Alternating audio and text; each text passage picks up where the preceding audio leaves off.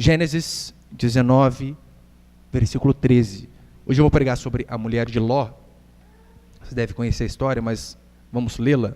Gênesis 19, 13. Olha o que diz a Escritura. Aqui, só relembrando o contexto, aqueles homens de Sodoma eram perversos, e então vieram 2 anjos, e eles queriam abusar dos próprios anjos. Então, por conta disso, o Senhor ficou furioso, por conta da perversidade que era aquele lugar. E a partir do versículo 13, nós lemos assim, os anjos falando: pois vamos destruir este lugar, porque o seu clamor se tem aumentado, chegado até a presença do Senhor, e o Senhor nos enviou a destruí-lo. Então saiu Ló e falou aos seus genros, aos que estavam a casar com suas filhas, e disse: levantai-vos, saí deste lugar, porque o Senhor há de destruir a cidade. Acharam, porém, que ele gracejava com eles. Ou seja, achou que estava brincando. Falei, Jó é um brincante. É brincadeira, não acredita não. Ló, né? Está brincando. Versículo 15. Ao amanhecer, apertaram os anjos com Ló, dizendo: levanta-te, toma tua mulher e as tuas filhas, que aqui se encontram, para que não pereças no castigo da cidade. Como, porém, se demorasse, pegaram-no os homens pela mão, a ele, a sua mulher e as 2 filhas, sendo-lhe o Senhor misericordioso, e o tiraram e puseram fora da cidade. Havendo-os levado fora, disse um deles: livra-te, salva-te a tua vida. Não olhes para trás, nem pares em toda a campina, foge para o monte, para que não pereças. Só até aí está bom, o restante eu vou explicando. Olha para cá, por favor. Aqui é uma história bem peculiar, e bem conhecida de muitos também. Como eu disse, os homens ali de Sodoma eram tão pervertidos, mas tão pervertidos, que diz a Escritura que Ló, ele então abriga 2 anjos, é claro, ali na figura humana, na sua casa, e aqueles homens perversos dizem: nós queremos ter relação com esses homens. E Ló diz: não, de forma alguma, eles são meus hóspedes. E ele oferece as suas 2 filhas, virgens, e diz: olha, abusa das minhas filhas, mas eles não façam isso. Então os homens dizem: não queremos. Queremos eles e agora queremos você também. Então, diz a Escritura que esses anjos cegam aqueles homens a ponto deles não conseguirem achar a maçaneta da porta da casa de Ló. No versículo 12, 13, eles anunciam que aquela cidade seria destruída. Os seus genros pensam que é piada. Não foi a mesma coisa que aconteceu com Noé? Olha, vai vir água, vai acabar com tudo isso aqui, o povo ria. Não é a mesma coisa que acontece quando nós hoje também falamos: olha, o Senhor voltará, o Senhor julgará essa terra, o Senhor há de punir aqueles que não se arrependem dos seus pecados. As pessoas dizem para nós que isso é mentira, que a Bíblia é algo antiquado. Eles não acreditam na mensagem, assim como não acreditaram os homens de Deus que vieram antes de nós. No versículo 17 diz a Escritura que Ló vai para Zoar, uma cidade pequena. E então no versículo 24, se puder ler comigo, diz assim a Escritura: então fez o Senhor chover enxofre e fogo da parte do Senhor. É interessante, né, que fez o Senhor chover fogo e enxofre da parte do Senhor, deixando bem peculiar que era uma obra divina sobre Sodoma e Gomorra. Pastor, o que nós aprendemos dessa história? Eu quero passar aqui apenas 3 princípios. Primeiro princípio que nós vemos é a depravação humana. É a depravação, a degradação do ser humano por completo. Se você for procurar no dicionário o que é sodomita, já é um sinônimo implícito não é explícito, você coloca lá uma das primeiras definições. Eles dizem de um povo pervertido, de homossexualismo, práticas contrárias à natureza humana. Sodoma é conhecida, dentre várias coisas, pelo homossexualismo que imperava ali. Eu sei que isso não é uma novidade apenas de Sodoma.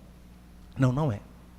Se você apenas tiver o ouvido atento, ou enxergar, nem que seja com miopia, você vai ver que o nosso mundo também segue o mesmo caminho. Vai de mal a pior. Olha como tem sido as gerações. Tem se apodrecido a cada dia. Você tem percebido? Como as coisas têm piorado com o passar dos anos? Você que é um pouco mais antigo, é só você lembrar. Olha, eu não sou tão velho assim, eu tenho 33, mas eu lembro que na minha época, que eu era menino, onde eu morava, olha, no meu bairro inteiro dava para contar no dedo, aqueles que eram homossexuais. Era 2, no máximo 3. Era algo reservado. Era algo que quem era escondia. E o que nós vemos hoje? Você percebeu como o mundo tem apodrecido a cada dia mais? Olha como que foi essa perdição do carnaval, misericórdia. O nosso presidente, ele colocou um vídeo no Twitter dele. Alguém chegou a ver ou não? Nojento. Ele colocou para chocar mesmo. Um rapaz com a bunda de fora, pegava o dedo e colocava lá nele mesmo, e depois um outro rapaz vinha e começava a urinar na cabeça dele, e ele lavava a cabeça com a urina do rapaz. Esse é o mundo ao qual nós vivemos. Nós temos apodrecido a cada dia mais. Vi alguns vídeos do carnaval, coisas absurdas. Homem beijando homem é a coisa mais normal do mundo. A gente que é extraterrestre. Eu via um trio onde, né, o bloco estava passando. O interessante é que você não via relacionamento hétero. Homem com mulher, não. Era só homem com homem, essa mulher olhava assim, nossa, eles não querem mais a gente. E beijava 2, entrava no meio, beijava de 3, beijava de 4 pessoas junto. Absurdo, nojento, terrível. É para você ver como a depravação tem a cada dia mais aumentado. A corrupção do ser humano tem sido a cada dia maior. O pecado corrompe, nós estamos vivendo em uma geração que tem apodrecido a cada dia mais. Por isso, você não precisa estranhar se, não tão futuramente, mas se em breve, legalizar a zoofilia, sexo com animais. O parlamento legalizar a pedofilia. Pastor, o senhor está sendo profeta? Não, óbvio que não. Mas está gravado aqui. Não estou querendo ser profeta, eu estou apenas agindo de forma natural. Esse é o caminho que o nosso país tem tomado. Esse é o destino que o nosso país está alcançando a cada dia. Essa semana eu li um artigo onde, olha o título do artigo: o benefício do sexo entre mãe e filha. E você pensa que Sodoma era perdido, não é? O benefício do sexo entre mãe e filha. Sabe qual era um dos argumentos que dava no artigo? Dizia que aumenta ainda mais a união das duas. Porque uma sabe que a outra gosta. Já tem intimidade. Olha o outro argumento nojento. Dizia assim: por que é aconselhável o relacionamento íntimo entre mãe e filha? Porque a probabilidade de contrair DST, doença sexualmente transmissível, é mínima, quase nula, por conta da compatibilidade genética. Essa semana eu li um artigo sobre isso. É por isso que Deus precisa punir o nosso país. É por isso que Deus precisa punir o ser humano. Porque se não fizer isso, ele vai ter que pedir perdão para Sodoma e Gomorra. Porque nós estamos piores do que eles. Deus necessita punir. O Ronaldinho Gaúcho é um as no futebol, foi, né? É casado com 2 mulheres, legalmente. Mr. Catra, 157 filhos. Acho que ele morreu, né, se eu não me engano. A Tammy Gretchen estava querendo engravidar a esposa dela. Isso é de doer, hein? Isso é nada mais, nada menos do que o cumprimento daquilo que Paulo diz em Romanos 1,18. A ira de Deus revela do céu contra toda impiedade e perversão dos homens que detêm a verdade pela injustiça. Ele então começa a dizer: o homem não quis a Deus. Deus mesmo se mostrando para toda a raça humana através da natureza, das coisas que foram criadas, diz a Escritura que o homem não quis a Deus. Ele viu a Deus e sufocou. Essa é a ilustração. Sabe quando você varre a sua casa e você está com um pouco de preguiça e joga a sujeira para debaixo do tapete? Essa é a ilustração. O homem meio que jogou Deus para debaixo do tapete. Não queremos Deus, queremos viver da nossa maneira. Então ele começa a dizer que as mulheres trocaram o modo natural de suas relações íntimas por outras contrárias à sua natureza. Da mesma forma, os homens, ardendo nas suas paixões, homens com homens, mulher com mulher, trazendo sobre si mesmo condenação. O que nós vemos hoje é apenas o cumprimento daquilo que a Escritura tem dito. O cumprimento daquilo que Paulo disse em Romanos 1,18 e daquilo que toda a Escritura condena. A raça humana é podre, é depravada. Por isso você não precisa olhar para Sodoma e Gomorra e ficar perplexo. Basta olhar para a nossa sociedade.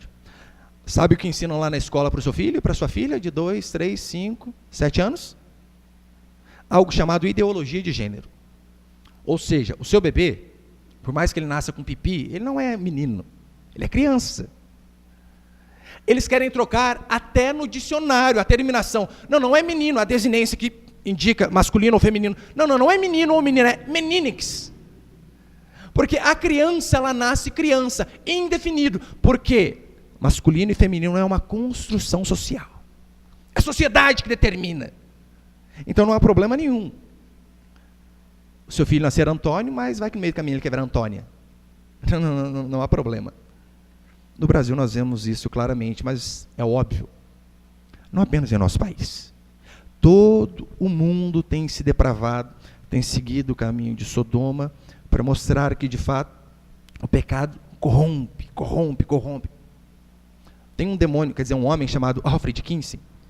Ele é um cientista, foi um cientista americano. E olha o que ele disse em 1953. Palavras dele. Eu só tirei o artigo da revista. Não acrescentei nada. A não ser o sublinhado, né? Óbvio. Ele diz assim, o que ele fez?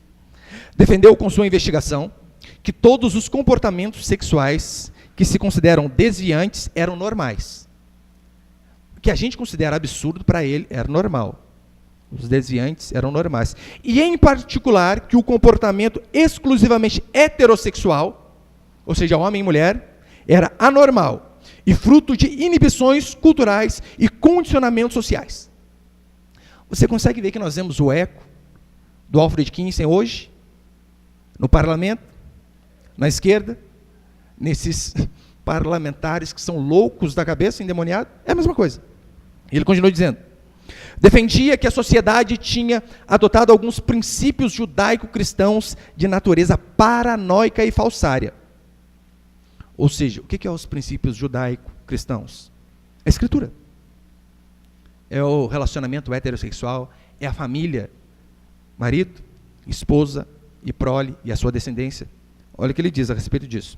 Defendia que a sociedade tinha adotado alguns princípios judaico-cristãos de natureza paranoica e falsária, e esperava utilizar as suas investigações com base científica para mudar os valores morais tradicionais da sociedade.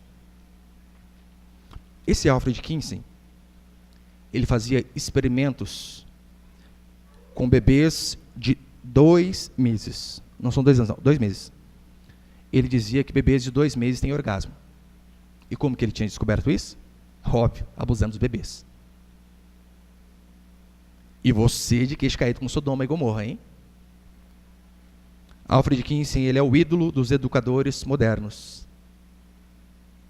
dos ideólogos de gênero, daqueles que apoiam a diversidade sexual, o feminismo. Resumindo, ele é o ídolo da esquerda. Para você ver como que a raça humana tem se deturpado a cada dia mais. E não é novidade. Segundo, é que de fato o juízo vem. Romanos 2,14 tem ali? Romanos 2,14, olha o que Paulo diz. Ou desprezas a riqueza da sua bondade, e tolerância, e longanimidade, ignorando que a bondade de Deus é que te conduz ao arrependimento. Mas, segundo a tua dureza e coração impenitente, acumulas contra ti mesmo ira, para o dia da ira e da revelação do justo juízo de Deus. Olha como que Paulo é enfático.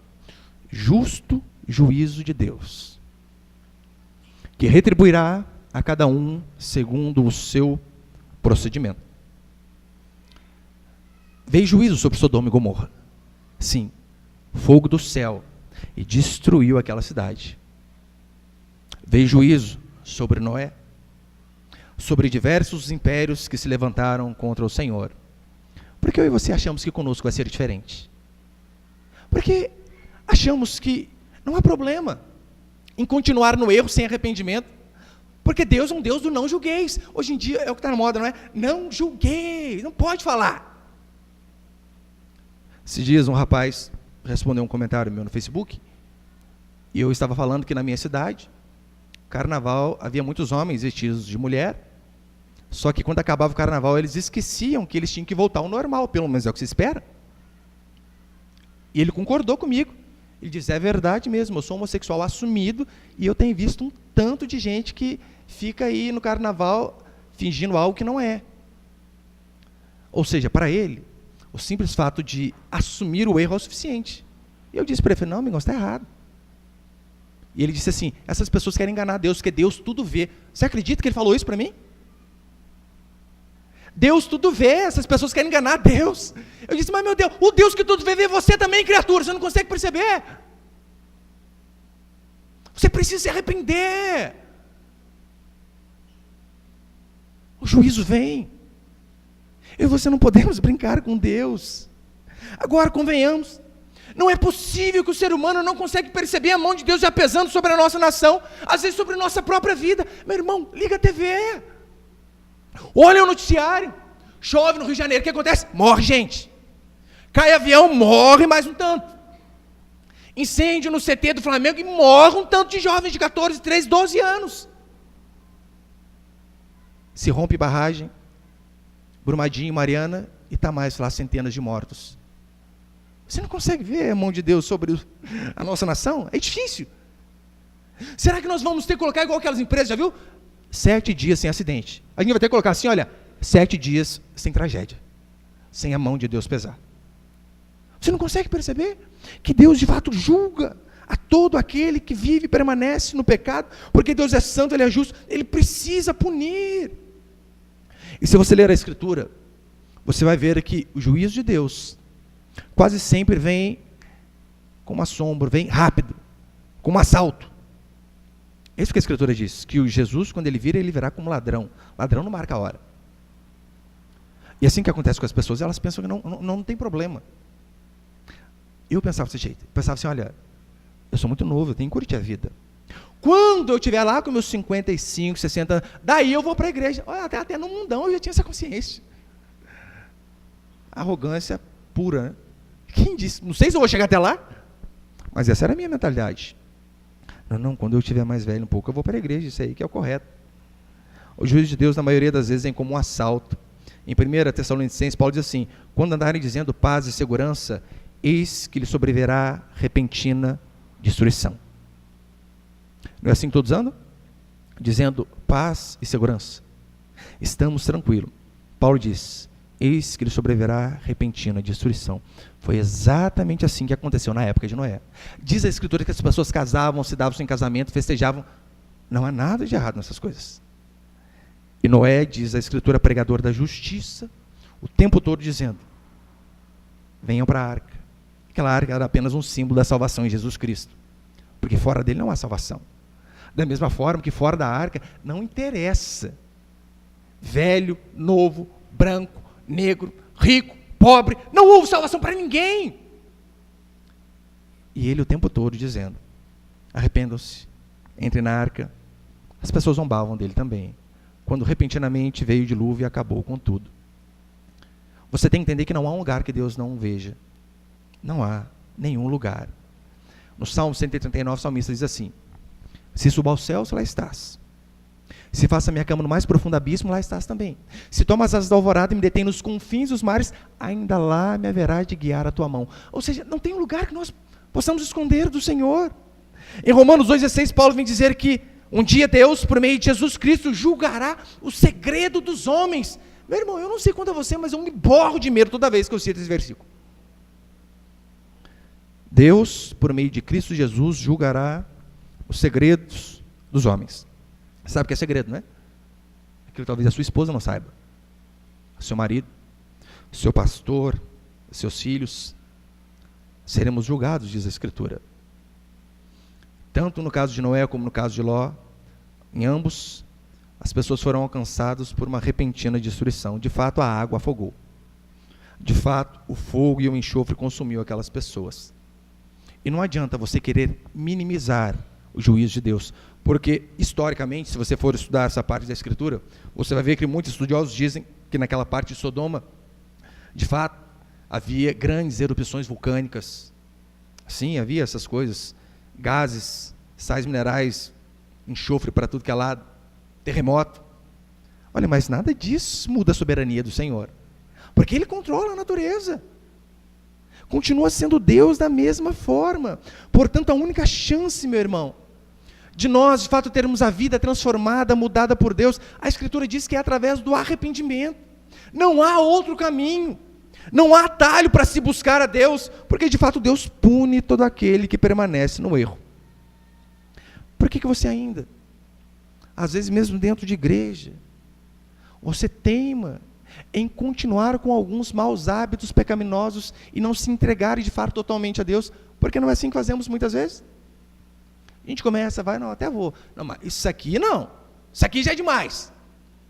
Eu pelo menos durante alguns meses, eu falo, Deus, transforma minha vida, mas quando eu vi o pastor falando sobre dízimo e oferta, não, isso aqui é uma coisa particular minha. Por que às vezes você teima em se entregar totalmente a Deus? Por que você não se arrepende de tudo? Olha o exemplo, meu Deus, da mulher de Ló. Olha o versículo 26, o que diz. E a mulher de Ló olhou para trás e converteu-se numa estátua de sal. Tinha sido dado ordem àquelas pessoas, não olhem para trás. A frase, no original que olhou para trás, é demorou-se. Ou seja, ela ficou um pouquinho além do tempo apegada àquelas coisas naturais e mundanas. Sabe aquilo que você não quer abrir mão? O que a mulher de Ló de fato mostra para nós é os desejos ali relativos à luxúria prenderam a ela naquele lugar, e ela deu mais valor àquelas coisas terrenas, temporais, do que a salvação mediante a graça. Ela preferiu ficar com as coisas terrenas do que aceitar a salvação gratuita oferecida por Deus.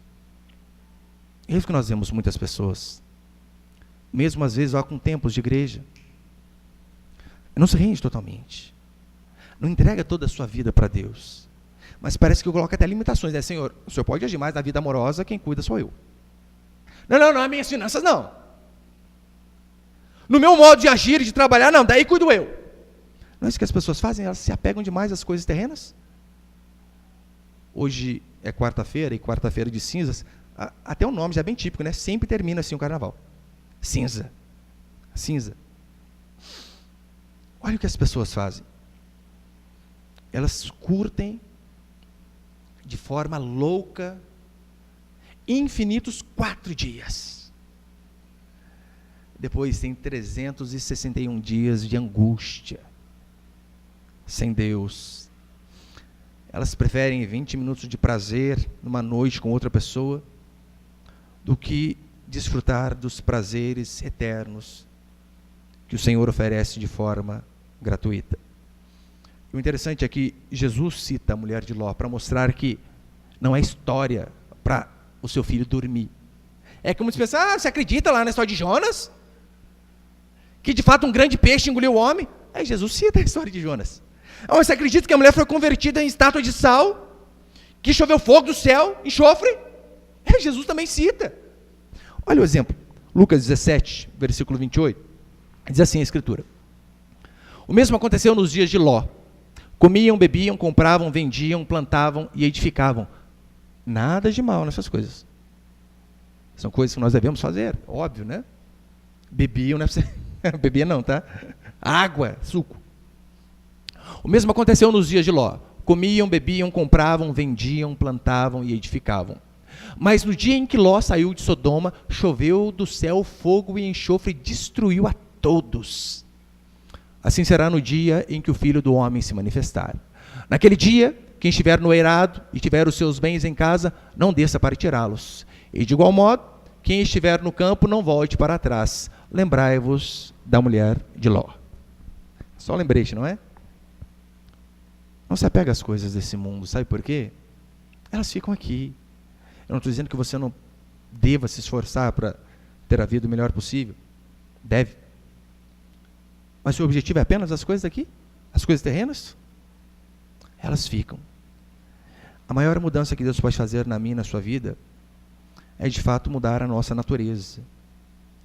É de fato fazer com que nós venhamos a ser transformados de criaturas em filhos. Porque eu sei que talvez você ouviu que todo mundo é filho de Deus. Aonde a Escritura diz isso? Não diz. Muito pelo contrário, é bem específica. A todos quanto, pois, o recebeu, deu-lhes o poder de serem feitos filhos de Deus. Então não vem com essa história em que todos são filhos de Deus, não. Todos são criados por Deus, mas apenas aqueles que recebem ao Senhor Jesus Cristo, mediante arrependimento, esses de fato são filhos. É por isso, meu irmão, que não há outro caminho. Não há. O que você precisa entender é que um dia todos nós, sem exceção, nos apresentaremos diante do Senhor. Seremos julgados pelo Senhor. Paulo, em 2 Coríntios, ele diz assim: porque importa que todos nós compareçamos ao tribunal.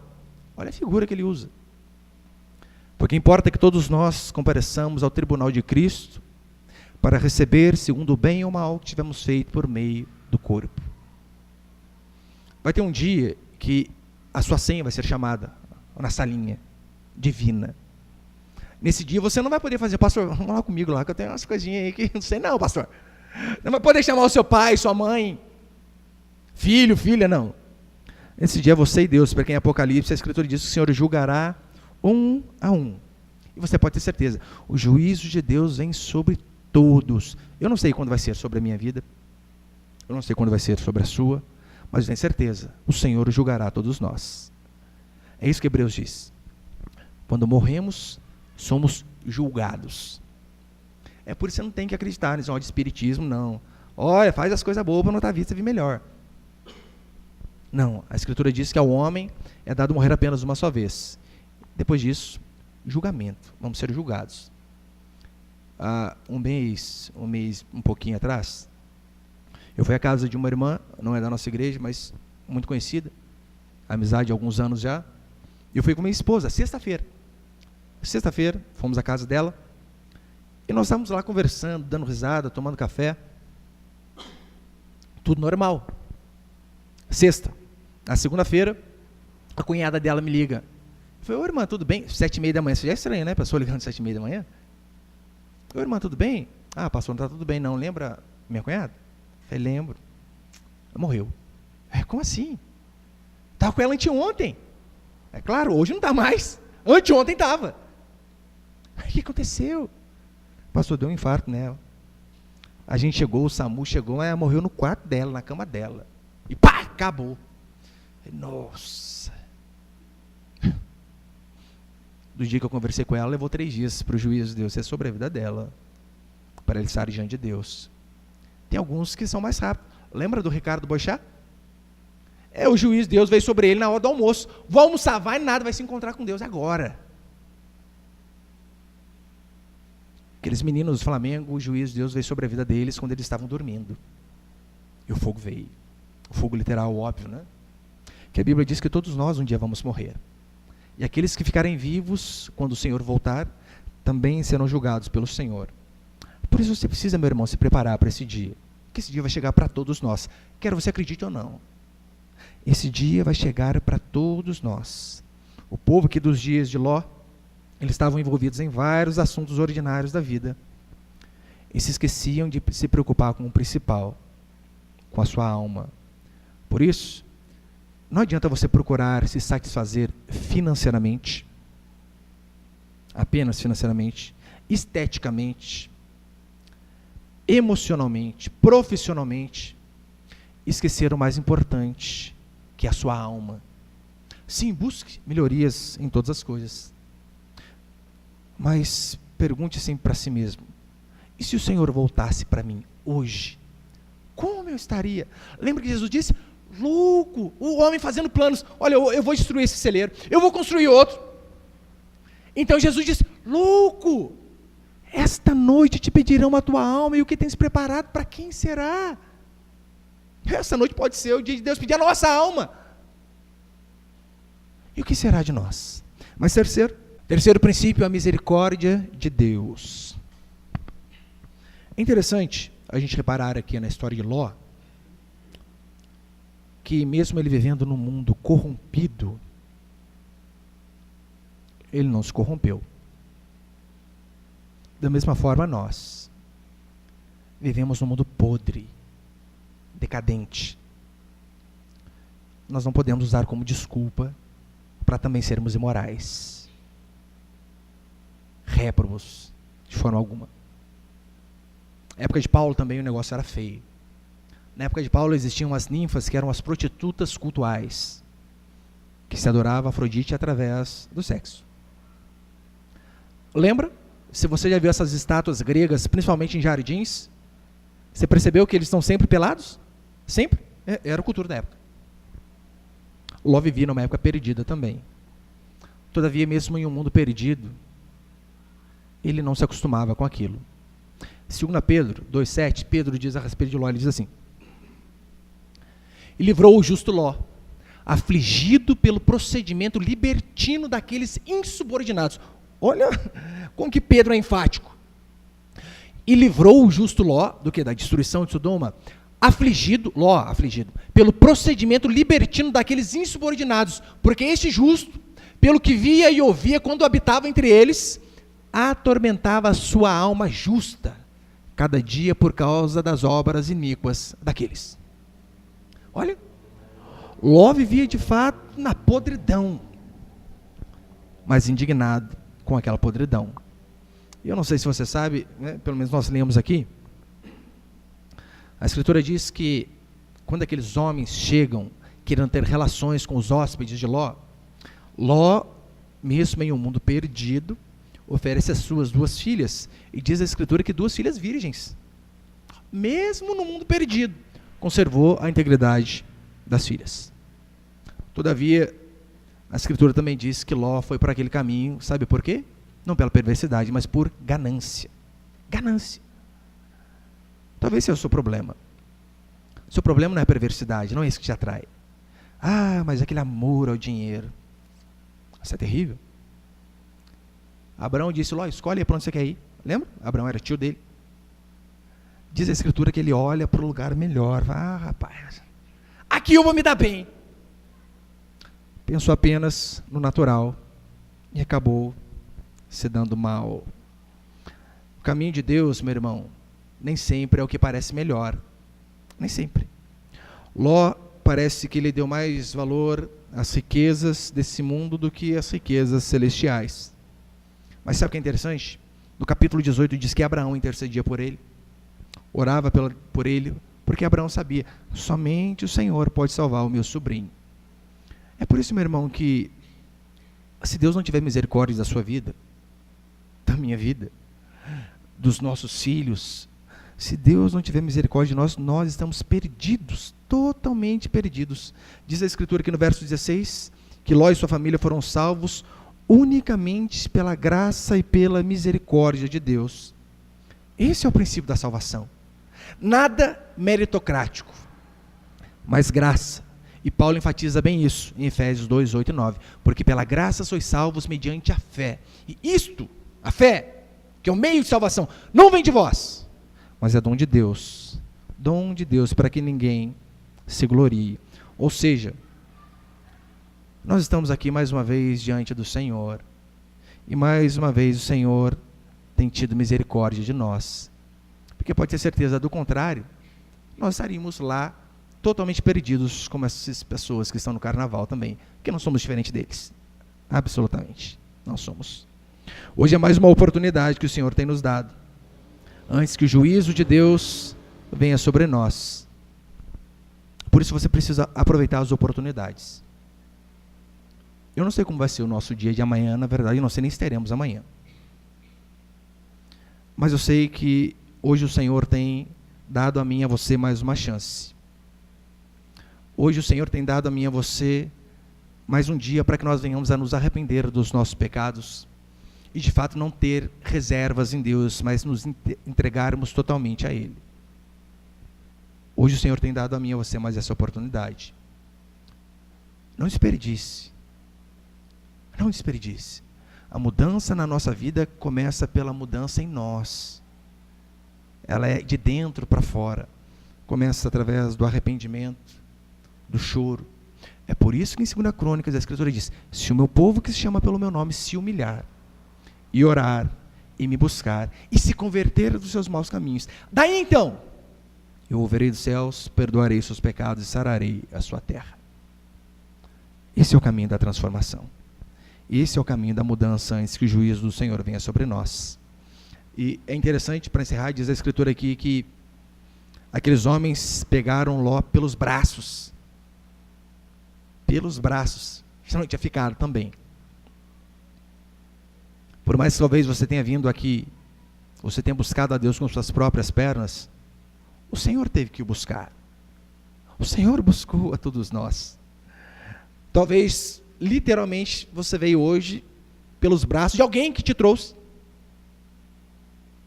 Mas não deixa de ser Deus tendo misericórdia da sua vida e dando mais uma oportunidade para que você venha se arrepender dos seus erros, dos seus pecados, para que você de fato venha lembrar que a palavra de Deus não falha, que assim como o Senhor prometeu que ia vir chuva e veio, assim como o Senhor trouxe juízo sobre Sodoma, o que a Escritura diz é que um dia também virá sobre esse mundo, que um dia o Senhor voltará. E para encerrar, 2 Pedro, a Escritura diz assim,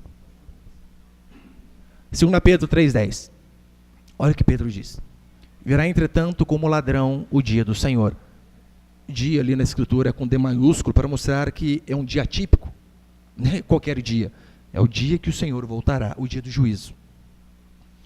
Virá entretanto como ladrão o dia do Senhor, no qual os céus passarão com estrepitoso estrondo, e os elementos se desfarão abrasados. Olha a ilustração forte, né? Derretendo mesmo esse mundo. Os elementos se desfarão abrasados, também a terra e as obras que nela existem serão atingidas. No versículo 12 ele diz: esperando e apressando a vinda do dia de Deus, por causa do qual os céus incendiados serão desfeitos. E mais uma vez ele diz: e os elementos abrasados se derreterão. Deus disse que ia fazer isso sobre Sodoma, fez. A Escritura diz que isso também será feito com esse mundo. Vai fazer, pode ter certeza. Deus quer que nós não venhamos estar aqui já, mas vai fazer. Um dia nós nos encontraremos com o Senhor, seja na nossa morte, ou seja na sua volta.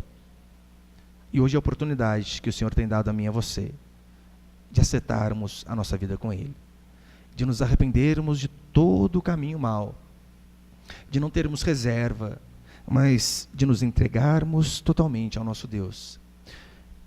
Essa é a maior mudança que o Senhor pode fazer na nossa vida. Claro, Deus pode dar um emprego. Ah, meu irmão, isso é fácil para Ele. Para quem dá vida eterna, o que é para você um emprego? O que é a restauração do seu casamento? O que é a salvação dos seus filhos? Absolutamente nada. Mas a maior transformação que o Senhor quer nos dar é a salvação mediante o arrependimento e a fé em Jesus Cristo de Nazaré, seu Filho amado. Amém, meus irmãos?